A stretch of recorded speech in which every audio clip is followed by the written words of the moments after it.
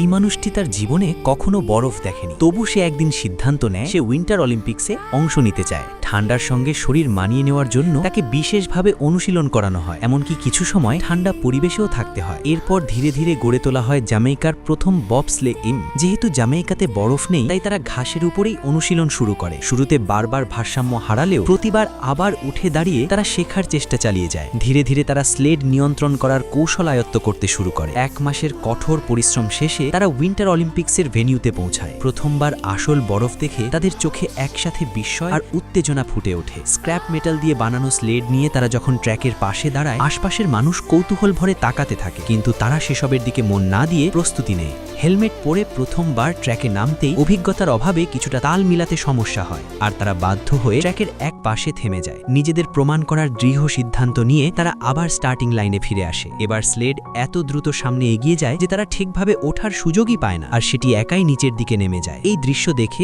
অনেকেই মজা করতে শুরু করে, আর জ্যামাইকা টিমকে নিয়ে নানা কথা ছড়াতে থাকে। তবুও তারা থামে না। মানুষ যত বেশি হাসে, তারা তত বেশি পরিশ্রম করে। এরপর আসে কোয়ালিফাইং রাউন্ডের দিন। আয়োজনকারীরা সময়সীমা 62 সেকেন্ড থেকে কমিয়ে 60 সেকেন্ড নির্ধারণ করে, তবু এতে তাদের মনোবল নড়ে না। আত্মবিশ্বাস নিয়ে দৌড়ে তারা ভালো পারফরমেন্স দেখিয়ে পরের রাউন্ডে জায়গা করে নেয়। অফিসিয়াল কম্পিটিশনের দিন পুরো জ্যামাইকা তাদের দিকে তাকিয়েছিল। প্রথম রাউন্ডে চাপের কারণে শুরুটা তাদের প্রত্যাশা মতো হয় না। ট্র্যাকে ভারসাম্য রাখতে সমস্যা হওয়ায় তারা শেষের দিকে অবস্থান করে। এই ফল পুরো দেশের জন্য হতাশার কারণ হয়ে দাঁড়ায়। রেসের পর তারা নিজেদের ভুলগুলো নিয়ে বসে। পরের রাউন্ডে তারা মন শান্ত রেখে দৌড়ায়। টিম ওয়ার্ক আরও শক্ত হয়, আর তাদের পারফরমেন্স চোখে পড়ার মতো উন্নত হয়। শেষ পর্যন্ত তারা 8ম স্থানে থেকে ফাইনালে পৌঁছে যায়। ফাইনালের দিন তারা পূর্ণ আত্মবিশ্বাস নিয়ে ট্র্যাকে নামে। স্লেড দ্রুত গতিতে নিচে নামছিল। হঠাৎ একটি যান্ত্রিক সমস্যা দেখা দেয়। নিয়ন্ত্রণ ঠিক রাখা কঠিন হয়ে পড়ে, আর স্লেড থেমে যায়। তবুও তারা হাল ছাড়ে না। তারা প্রায় 600 পাউন্ড ওজনের স্লেড একসাথে কাঁধে তুলে নেয় এবং ধীরে ধীরে পুরো পথ হেঁটে ফিনিশ লাইনে পৌঁছে যায়। সেই মুহূর্তে জয় আর হার আর গুরুত্বপূর্ণ থাকে না। গুরুত্ব পায় তাদের সাহস, পরিশ্রম